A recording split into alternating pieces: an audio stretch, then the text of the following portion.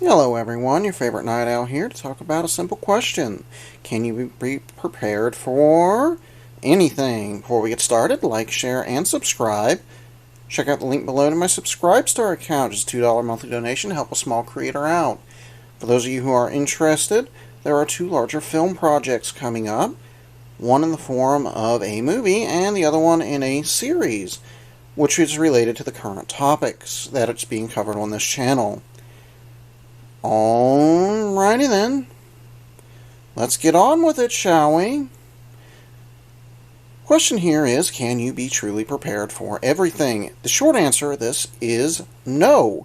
But if you like my explanation, please continue. In fact, I encourage you to do so under the guise of there is some very important reasoning behind why it is a big no. Alrighty then. Let's point some stuff out here. Obviously, starting over here with one of the greatest essentials in a be prepared kind of situation. Water. This canteen right here holds a little bit more than the surplus canteens that I currently own. Although the one surplus canteen did come with a cooking cup and a belt. The other one just kind of bought it by itself. Both have served well, but these camping canteens a lot of times will carry more water. In fact, you can get larger ones, but there is something to take into account. No matter whatever you pack onto you, regardless of what it is weight. Water is heavy. The containers can be heavy. Containers with water in them are certainly heavy. Moving on. No matter how much you carry on you, the weight will keep going up. Generally speaking, depending on how lightweight everything is. A lot of times the more durable something is, a lot of times the more heavy it is. Which can be a significant problem, especially if you tend to survive a long time. What I have found, and for most people, is if you're especially going to be traveling for, say, a 3-day period, a pack over, say, 60 pounds starts becoming a real problem, especially when it comes to burning energy and even draining of your water. The more weight, the more stress your body is under. So if you live in a hot climate, the more you're carrying, the heavier your stuff is, the harder it can be for you to move around, because you'll start burning through water and calories. And regardless of how much food you might have on you, that will eventually run out. These canteens you have to take into account, not all of them can be fitted to your pack fairly easily, depending on if they have any straps or something else in order to attach. Although some do have belts, like the one military surplus with a pouch on it for it. Water is important not only for your hydration, but for cooking, moving down to this cooking pot. Well, this little old mess kit here. This little old mess kit is very useful, but it does add weight and takes up space.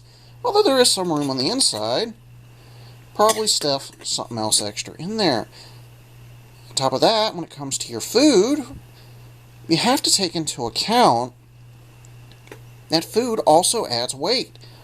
And depending on what you brings, not everything can be eaten as it is. A lot of things intended for quote-unquote survival also tend to be things that require water for preparation. Freeze-dried goods, especially considering they are generally lightweight and in a pouch. Although sometimes they do come in little cartons or something else. There's also, over here, canned goods like condensed soups. That still requires some water, unless you want a really rich soup. Be particularly strong flavor, but it still requires water. And food also eventually goes bad. And a lot of things that store the longest tend to require the re-addition of water because they tend to be dehydrated or freeze-dried, which can be a problem. And also, when it comes to your cooking, you have to consider heat. I have this Esbit stove. This ain't exactly the lightest tool, but it ain't that heavy either. And you have to consider, with this Esbit stove, it requires fuel tablets. And there's, you can store quite a few on you, but there's only so much you can store on your pack. Moving on, and generally this is a good way to cook. but a can limit to what you can cook on because this can only hold things of a certain size. Things could be a bit too big, and some things could be a bit too small for it. Moving on here, you can have little pouches with what's in this pouch is one of my spare knives, a small notepad, and not to mention some writing equipment.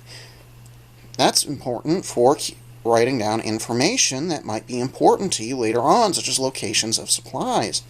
However, every bit of information you have on it, that if you lose that pouch, or of any writing material, period, it could be used by someone who picks it up to locate everything that you have yourself done the work in order to locate yourself. They can also use it to locate you if they want to see what else you might have useful that they won't and you have. In that particular session, let's move on here. Defense. Well, it depends on what you're going to use defense.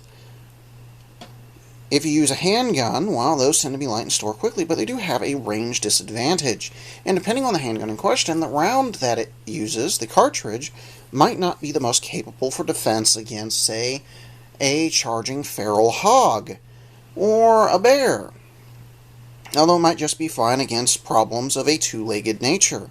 It all depends on the problem at hand, although there are a number of handguns out there, revolvers, and even semi-auto pistols, which can be used for hunting and are suitable for more dangerous game, if you are interested in acquiring those. However, carrying additional ammo and the item in question does add considerably more weight, or in the case of the more particularly useful item, a rifle. A lot of rifles can be quite heavy, like anywhere from 7 to 10 pounds, depending on what you have. And if you're carrying, say, rifles for dangerous game, particularly large, dangerous animals, those can be even heavier. I've seen 11 and 12 pound rifles. Now, that don't seem like much, but 11 or 12 pounds of extra food and water would also be nice. That's even if you want to invest any in your defense, other than, say, a couple of stored extra knives. Although you will be at a disadvantage to anyone who has prepared for their defense, and if they can tell you're not prepared, you greatly increase the probability they will decide that they need your supplies more than you do. You have to take into account extra magazines, which adds additional weights along with the weight of the rifle itself. My particular scout rifle weighs just over 7 pounds. Not too bad, so it leaves a little extra weight for additional food, water, or in this case, ammo. Magazines are important because that allows you to effectively load quicker. If you had just one magazine, every time you'd empty it, you'd have to reload it manually, which takes much longer than popping another magazine in. And in those cases where you may need that quickly, say in the case of being charged by an animal at short range, or dealing with problems of two-legged origins, that could put you at a very severe disadvantage if you do not have spare magazines. But the more magazines you carry, especially fully loaded, the more weight it adds. Other boxed and loose ammo you might be carrying also adds additional weight. There's only so much you can load on you, because it does add weight over time. This box by itself is heavier than my Espit stove with the fuel tablets inside. In fact, it's actually heavier than my mess kit. The magazine, let me over here, almost the same. About half the weight of this, even with the metal, because it is a partly metal, partly polymer magazine, and it only carries 9 rounds instead of the box of 20.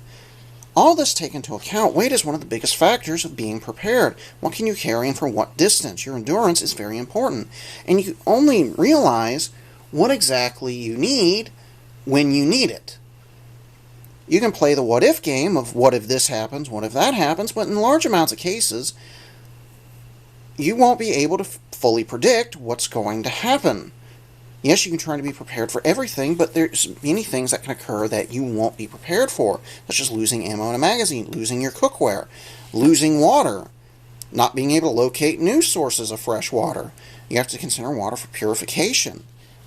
If your pack is particularly heavy, then you might run into an issue of endurance, because the heavier the pack is, the harder it is to carry it for an extended period. There are many other factors at play here. Now, for the sake of keeping this video in a reasonable amount of time, I'd like to thank everyone for their time and leave you with a general knowledge that, no, you cannot truly be prepared for everything. Alrighty then. Like, share, and subscribe. Check out the link below. Just $2 monthly donation. Help a small creator out. Alrighty then. See everyone around.